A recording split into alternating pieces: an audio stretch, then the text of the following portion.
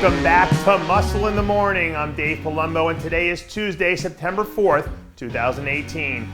Let's find out what's going on in the world of bodybuilding and fitness. I have it on good authority that they're expecting the race at this year's Bikini Olympia to be the closest one of all. So if I were a betting man who may or may not be heading to Vegas, I think I'd feel pretty comfortable laying down a few dollars on Elizabeth Yisrael as a first call-out competitor. The Bikini All-Stars coming into the weekend with what might be her best look to date, which should definitely put her within striking distance of a title shot on my scorecards. At this point in her career, Yisrael is probably completely unfazed by the pressure. So if she can roll into Vegas and bring her best, it should be smooth sailing all the way to the finals. I don't know if you guys ever watch any of those criminal investigation shows, but with all the technology out there today, it makes you wonder how anyone gets away with anything anymore. And I don't need a ballistics expert to tell me that Charles Dixon is one dangerous dude. The perennial top 10 contender is about to round the corner into the home stretch of his Olympia prep, where we'll be putting the finishing touches on one of the most explosive physiques in the division.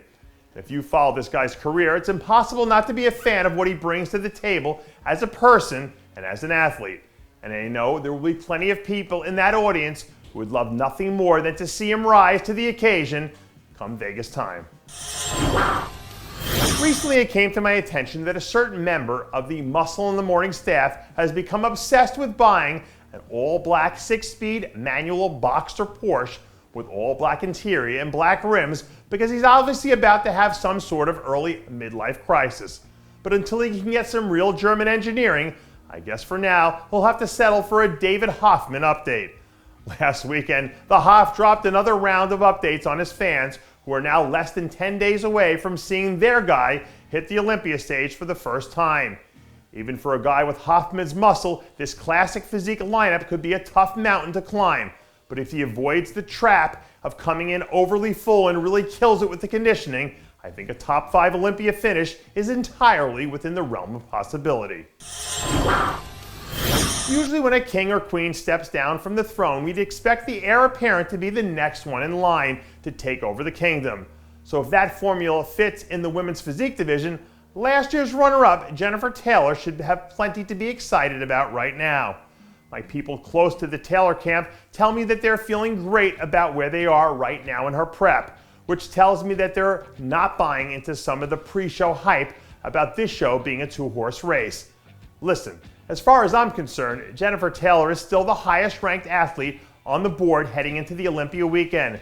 So if she's at the top of her game, I find it hard to believe that she won't be sitting pretty right there in the first call-out, fighting for the victory. Even at this stage in my career, it never ceases to amaze me how some of these guys can be flat-out animals when they're in that near-death stage of their contest prep, which is why I had to show some love to Justin Rodriguez after what I saw over the weekend. Apparently, J-Rod isn't one of those play it safe into the show kind of guys, because he's still out there going balls to the wall with his leg day escapades as the days continue to tick away. From a fan's perspective, a guy like Rodriguez has been one of the more interesting follows through his final stages of his Olympia prep. And I'll be interested to see where he lands once the Mr. Olympia prejudging finally starts to get rolling. And that does it for yet another edition of Muscle in the Morning.